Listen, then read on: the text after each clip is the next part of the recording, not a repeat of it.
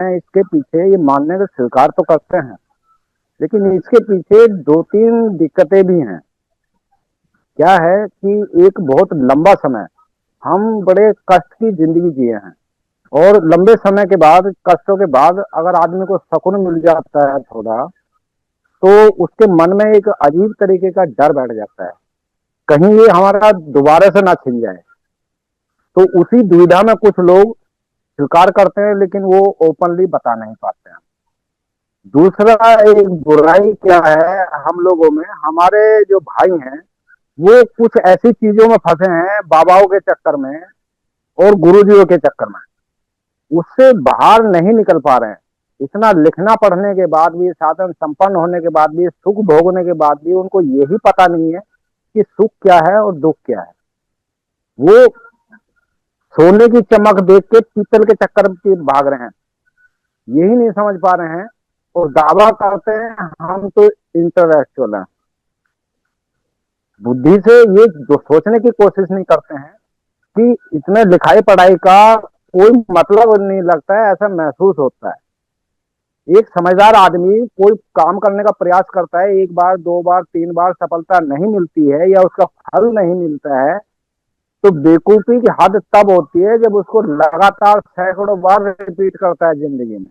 इससे बड़ी मूर्खता मैं नहीं समझता कोई होगी।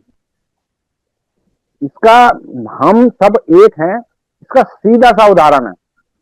हम कलर वाइज देख लीजिए, हम व्यवहार वाइज देख लीजिए, ये सारी चीजें एक मिनट में समझ में आ जाती हैं कि हम में और उनमें क्या अंतर है। और जो अंतर है, अपोजिट है, अपोजिट है तो उल्टा है, उल्टा है तो हम सुलटा है। तो ये सीधी सीधी पढ़ाई लिखाई से ये तो बताया ही गया है कि भाई सीधे का जो उल्टा होता है वो उल्टा होता है, अपोजिट होता है वो उल्टा होता है। तो जो यहाँ हम लोग रहते थे तो सारे एक ही थे, हमारी पहचान समानता की, हमारी सारी विचारधारा एक ही थी। हम समान रूप से रहते थे, सारे सुख भोगते थे, क्योंकि सारे काम हम खुद करते थे। व्यापार से लेके, शिक्षा से लेके, चिकित्सा से लेके, शासन करने से लेके, सारे काम हम खुद करते थे। और एक परिवार में अगर चार भाई हैं तो काम तो एक भाई जरूरी नहीं है सारे करे, एक भाई कुछ करेगा, एक भाई कुछ करेगा, तो वो बांट लेंगे, लेकिन विचारधारा तो सबकी एक है। तो ये बात समझने की है, इसमें पीएचडी करने की जरूरत नहीं है। कुछ लोग धर्म के पीछे पड़े हैं, उनको लगता है धर्म से उद्धार हो जाएगा। अरे भाई, सौ साल हो गए देखते देखते, अभी भी आपकी बात समझ में नहीं आ रही है। कम से कम समय जिसमें बिताए हैं, एक्सपेरिमेंट किए हैं, उससे तो सबक लेना चाहिए। संगठनों में बने मूर्ख घूम रहे हैं लोग, स्वीकार करते हैं ये गलत हो रहा है। अरे भाई सर, गलत हो रहा है तो क्यों उसमें चिपके पड़े हो? एक खा आपका शरीर बोल रहा है कि इससे नुकसान हो रहा है, तो भाई छोड़ दो, बदल दो, दूसरा खाना खा लो। लेकिन हम लोग बात करते हैं समझदारी की, और सारे के सारे काम अकल से पैदल वाले करते हैं। दूसरा, हम लोगों को बड़ा मजा आता है आपस में बहस करने का। यहाँ लोग इकट्ठे मिल जाते हैं, हर आदमी कोशिश करता है कि आज मौका मिला है मैं भी अपना गला साफ कर लूं। गला साफ करने के चक्कर में गला पूरा ही साफ हो जाएगा, गर्दन कटने में बहुत ज्यादा टाइम नहीं बचा है। तो मेरी बात, वैसे मैं विख्यात हूं कि मेरी बात चुभती है, और क्षमा मांगने से भी बहुत ज्यादा विशेष फायदा होता नहीं है जब दिल को कष्ट हो गया। लेकिन ये समझने की जरूरत है, सब हमारे भाई हैं, हम चाहते हैं सबका उद्धार हो, इसीलिए लगाव है। तभी कुछ इसी बात से कभी कभी बोलना मजबूरी हो जाता है, क्योंकि कुछ लोगों की तो मेहनत बर्बाद हो रही है और कुछ लोगों को समझ ही नहीं आ रहा है, ये भला सोचने का विचार है। तो इसमें बहुत छोटा सा कंसेप्ट है, समझ। ये कब से चला? ये तथागत गौतम का जब बाल्यकाल था, युवा अवस्था थी, उससे पहले भी ये संघ था।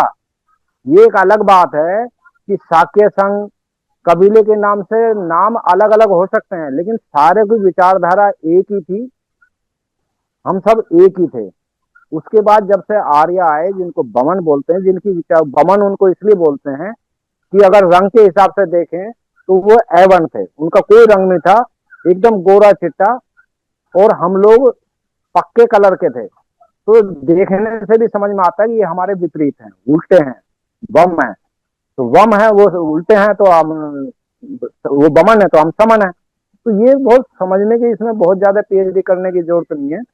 कोई आदमी तर्क पे उतरा तो तो ठीक है, बात समझने के लिए करो, लेकिन उसी टाइम में वो कुतर्क में बदल जाती है और उसका कोई इलाज नहीं है। जैसे कहते हैं जगे हुए को जगाना असंभव है, सोए हुए को तो जगाया जा सकता है, अज्ञानी को ज्ञान दिया जा सकता है, लेकिन हमारे चारों तरफ तो जगे हुए की और ज्ञानियों की भीड़ है, इनको कैसे समझाएं, ये सबसे बड़ा दिक्कत है। मेरे को समय मिला उसके लिए बहुत बहुत साधुवाद। मेरी बात कुछ लोगों को चुभी होगी, मैं उनसे क्षमा चाहता हूँ, क्षमा चाहता हूँ। और महीने 2 महीने में फिर प्रकट होऊंगा, फिर मैं यही बोलूंगा, क्योंकि यही एक तरीका है। जब जैसे रसरी आवाज जाते थे सिर पर परत निशान, ये प्रयास हमको मरते दम तक लगातार करना है और पूरी ईमानदारी से करेंगे। संगम नमामि, संगम नमामि, संगम नमामि।